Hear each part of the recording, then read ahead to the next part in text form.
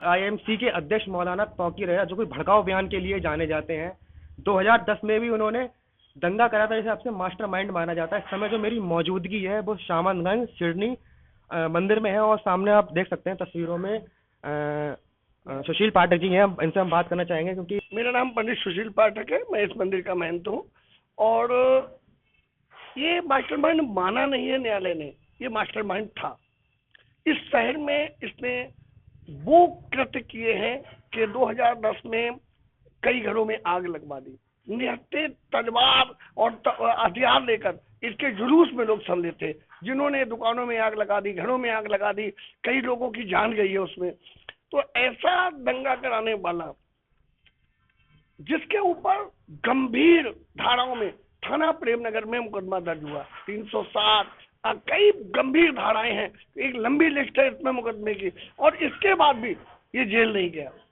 ये कहीं ना कहीं हमारे सत्तारूढ़ पार्टी यानी भारतीय जनता पार्टी के बरेली के बड़े नेता की सरपरस्ती में ये सब करता है, और ये लगातार कर रहा है। इसके बाद आप देखो, इसे उस समय कुछ नहीं हुआ, अभी 2022 में इसने जनसभा की इस्लामिया में सीधे बोलता है, आओ मोदी कलमा पढ़ो तो हम आपको सर का ताज बने। क्या प्रधानमंत्री किसी धर्म विशेष को टारगेट करोगे आप? अरे वो कलमा पढ़े या अपने संस्कृत का पाठ करे या धर्म के हिसाब से अपने भगवान की आराधना करे, इससे आप कौन होते हो? हर आदमी को हमारे हिंदुस्तान में आजादी है, वो अपने धर्म के अनुसार अपने ईश्वर की इबादत कर सकता है। हम इसको किसी को नहीं बांट सकते। इस तरह से इसने अभद्र टिप्पणी की। उस समय हमने एफआईआर की मांग करी, एक लंबा आंदोलन किया, मगर 12 तारीख वो कोतवाली पुलिस ने उस समय एफआईआर दर्ज नहीं की, और हम अनशन पर बैठे। यहाँ तक एक भारतीय जनता पार्टी के नेताजी ने आकर हमें आश्वासन दिया कि कार्रवाई होगी, परंतु कार्रवाई आज तक नहीं हुई। पुनः इसने अभी वही किया, ज्ञान वापी के नाम पर। आप जानते हो 20 से 25-30 हजार आदमी इकट्ठा किया। प्रशासन ने मना किया था, इसके बावजूद तो रोडों पे, इस्लामिया में नहीं इकट्ठे हुए तो रोडों पे इकट्ठे हुए। उन्होंने सामतगंज में पथराव किया, दुकानें तोड़ी, आग लगा दी मोटरसाइकिल में, काफी दुकानें तोड़ दी, कई लोग जख्मी हुए। इस सबका मास्टरमाइंड मौलाना तौकीर है। मेरा मानना है इस पर आतंकवादी कानून के तहत कार्रवाई होनी चाहिए, और ये जेल की सलाखों के पीछे जाना चाहिए। मैंने माननीय मुख्यमंत्री जी को पत्र लिखा है, जो वरिष्ठ पुलिस अधीक्षक बरेली को कार्रवाई के लिए कहा गया है, जो सीओ थर्ड के यहाँ लंबित है। यदि उस पर कार्रवाई नहीं हुई तो न्यायालय जाना पड़ा तो न्यायालय, और अनशन पर बैठना पड़ा तो अनशन पर। मैं पुनः जब तक इसके खिलाफ कार्रवाई नहीं हुई, जब तक ये जेल नहीं जाएगा, तब तक शांति से नहीं बैठूंगा। इसके खिलाफ कार्रवाई, क्योंकि ये अमन का दुश्मन है, हिंदू मुस्लिम सबका दुश्मन है। ना तो हिंदू है ना ये मुसलमान है, ये कोई भी नहीं है। ये अगर मुसलमानों की भाषा में कहा जाए काफिर, ये काफिर है, क्योंकि मुसलमान में कभी नहीं लिखा है नंगे हथियार लेकर आप दंगा कराओ, तमंचे से गोली चलवाओ। इस तरह के कृत्य करने वाले को आतंकवादी कहा जा सकता। ना तो ये कोई धर्म गुरु है, ना कोई धर्म महात्मा है, ना ये मौलाना है, ये सीधे सीधे आतंकवादी है। अच्छा, जैसा कि अभी जेल भरो आलोंदन में जैसे उन्होंने कहा था ये वतन हमारा है, अगर वतन इनका तो ये दंगे क्यों करवाते हैं? इस पे आप क्या कहना चाहेंगे? आप एक बात समझ लीजिए, ये बार बार कहता है हम अमन से ये करेंगे, वतन हमारा। वतन परस्त लोग तो इसके खिलाफ है। अगर ये वतन का होता तो आपको ध्यान होगा 2022 में जब इसने कहा मोदी कलमा पढ़ो, तो ये कहा ना तो हम अधिकारियों को ज्ञापन देंगे, ये बेईमान है, ना नेता किसी को देंगे। अरे तू संविधान को नहीं मानता, अधिकारियों को नहीं मानता, किसे मानता है? संविधान को ये नहीं मानता, न्यायालय को ये नहीं मानता, सबको गालियां बकता है, तो ये कहां से वतन इसका है?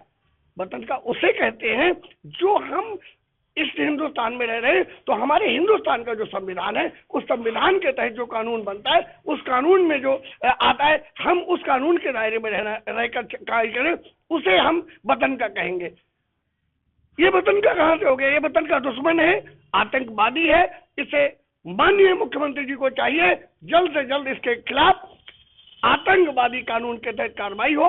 अगर कार्रवाई नहीं हुई तो एक लंबी प्रक्रिया, चाहे हमें न्यायालय के माध्यम से लड़नी पड़े, चाहे आंदोलन के अनिश्चितकालीन अनशन के रूप में बैठने पड़े, हम तब तक शांति से नहीं बैठेंगे जब तक इस आतंकवादी को जेल के अंदर नहीं देख लेंगे। अच्छा, कुछ ऐसे ही वरिष्ठ नेता हैं अपनी बरेली में जो इनका सहयोग करते हैं, मौलाना तौकीर रजा का। देखो, ये बरेली में आप अगर बेटा पत्रकारिता कर रहे हो तो निश्चित है आपको ये बात ध्यान है कि बरेली के किसी भी व्यक्ति से, हिंदू और मुस्लिम से पूछ लो, बरेली के भाजपा के एक बड़े नेता हैं जिनकी सरपरस्ती में ये सब कुछ कर रहा है। आप सोचो, एक छोटी सी घटना कर देता है, पुलिस पहुंच जाती है, उसे उठा लाती है, और जो आदमी इतने बड़े घटनाएं कर दे, इतने मुकदमे हों और उसके बाद कार्रवाई नहीं हो, ये कहां से, वो भी योगी राज में। ये मात्र बाबत देन है हमारे भारतीय जनता पार्टी के एक बड़े नेताजी की, जिनकी सरपरस्ती में ये जी रहा है। यहां तक उनका पार्टनर भी है, बिजनेस पार्टनर भी है, उनका एक बिजनेस है, उस बिजनेस में ये पार्टनर भी है। बरेली शहर में पूछ लेना है कौन सा बिजनेस वो करते हैं, उस बिजनेस में ये पार्टनर है, तो पता चल जाएगा आपको वो कौन से नेता है।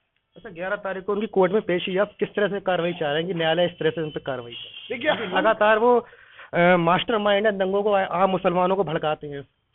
देखिए, एक बात समझ लीजिए, माननीय न्यायालय का हम सम्मान करते हैं, हृदय से भूर भूर प्रशंसा करते हैं, और उस न्यायाधीश को मैं हृदय से नमन करता हूं, सलाम करता हूं, सलूट करता हूं। भारतीय संविधान के अनुसार उन्होंने जो निर्णय लिया है उसके तहत इसे जेल जाना ही जाना है। ये चाहे, हमें कल पता चला किसी पत्रकार के माध्यम से कि उनसे कहा इसके मीडिया प्रभारी ने कि वो हम हाई कोर्ट जाए, ये हाई कोर्ट जाए, सर्वोच्च न्यायालय जाए, मास्टरमाइंड दंगे के लिए कोई भी न्यायालय शरण नहीं देगा। हमारे न्यायालय बहुत अच्छे हैं, हमें अपने न्यायाधीशों पर और न्यायालय पर पूरा भरोसा है। अभी तो वो फरार चल रहे हैं मौलाना तौकीर रजा। देखिए, अब आप भी सोचो, उस दिन कह रहा था कि हमें जेल ले जाओ, अब क्यों जेल जाने से फरार है? आप ही सोचो कि इसका मतलब चोर की दाढ़ी में तिनका, चोर है, गलत है, बदमाश है, गुंडा है, तभी तो छिप रहा है, वरना सामने आ जाता। उस दिन खुल के बोल रहा था ना कि हम जेल जाने को तैयार हैं, हम जेल जाने के। अब जब जेल जाने का असली नंबर आया तो क्यों छुप रहा है, क्यों मुंह छुपाए घूम रहा है? इसका मतलब ये मास्टरमाइंड था, मास्टरमाइंड है, मास्टरमाइंड रहेगा जब तक इस पर एनएए और गुंडा एक्ट जितनी भी धाराएं बनती हैं उन धाराओं के तहत कार्रवाई नहीं होगी, तब तक निश्चित है इस बरेली में अमन नहीं होगा। इस बरेली के अमन को कायम रखना है तो इसको जेल के अंदर भेजना पड़ेगा, हमारे जिला प्रशासन को, हमारे शासन को। अच्छा, मुख्यमंत्री जो उसके उत्तराखंड के भी मुख्यमंत्री थे, उसको भी लेके गलत टिप्पणी करी। आप एक बात समझ लो, वो किस पे नहीं करता है, वो जब प्रधानमंत्री पर कर सकता है, गृह मंत्री पर टिप्पणी कर सकता है, तो चाहे मुख्यमंत्री उत्तराखंड के हों चाहे उत्तर प्रदेश के हों,